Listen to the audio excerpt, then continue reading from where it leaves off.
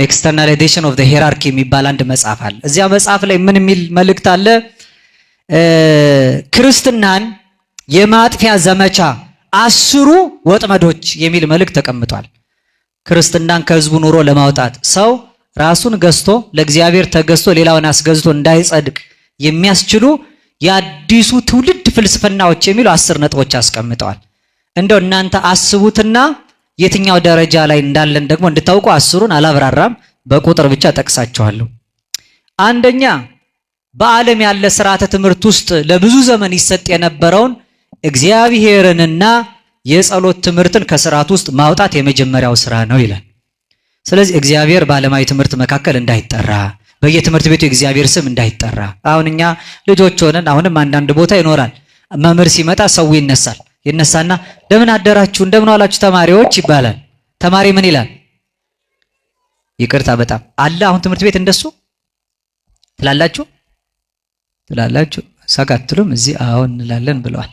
አሁን እንዲያውም አይታችኋል በዓለሙ ሚዲያ ላይ ራሱ እግዚአብሔር የሚለው ስም አጠራሩም እንዳይታወቅ ፈጣሪ ይመስገን የሚል ትውልድ በርቷል አይደል? አዎ እንዲህ አይነት ትውልድ በርትቷል። ለምን? እግዚአብሔር ብሎ ይትቀደስ ስምከ ስምህ ይለይ አንድነቱና ሶስትነቱ ያለበት ምክንያቱም አምላክ ይመስገን ፈጣሪ አምላክ ይመስገን ነው የሚለው። አምላክ የሚባለው ሌሎችም ካመለኳቸው ዓለሙ፣ ንብረቱ፣ ስልጣኑ፣ ዕውቀቱ፣ ጉልበቱ በሙሉ አምላክ የሆነበት ሰው አለ።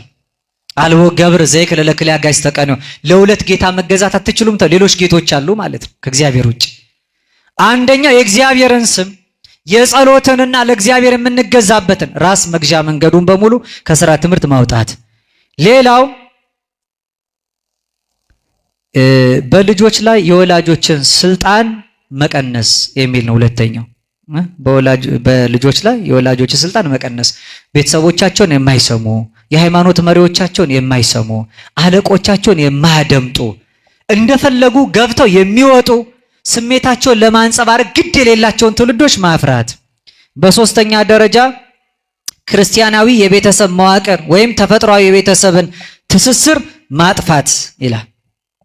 ፋሚሊ ስትራክቸርን ዲስትሮይ ማድረግ ማለት ቤተሰባዊ ትስስር አለ። በቤተሰባዊ ትስስር መካከል ልጅ አባት የሚልበትን ዘመን ማቆም።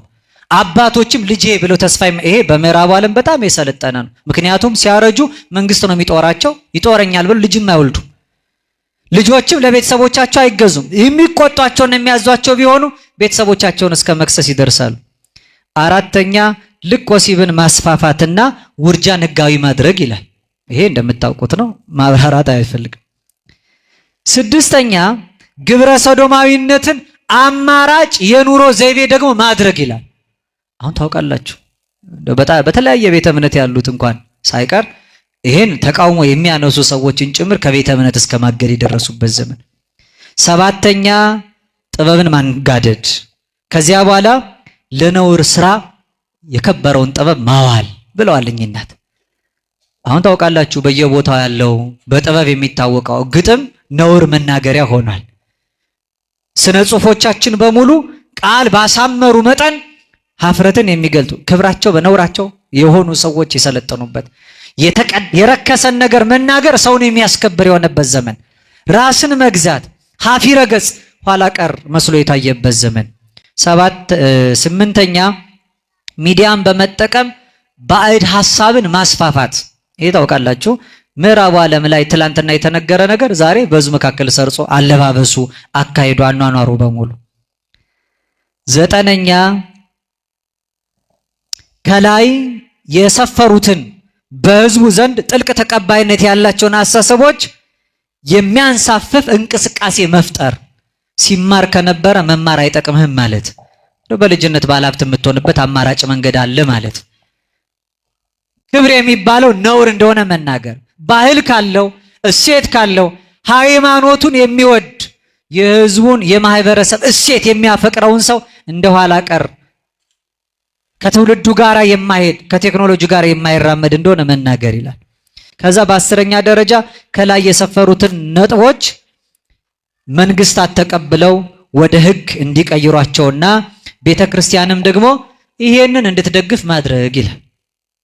አሁን እኛ ጋር ያልደረሰው ምክንያቱም ህዝቡ ባህሉ አኗኗሩ በጣም የተሰናሰለ ስለሆነ እኛ ሀገር ባህላዊ የሆነ እምነት ሳይሆን ሃይማኖታዊ የሆነ ባህል ስላለን ማለት ነው። እያንዳንዱ ክርስትናን የሚገልጽ ስለሆነ በአኗኗሩ መካከል አንድነታችን የሚናድበትን ይህን ስራ መስራት። ይሄንን ካደረጋችሁ ሰውን ታነቁታላችሁ ይላል። የአንቂ ንግግሮች መጨረሻ ይሄ ነው ማለት ነው።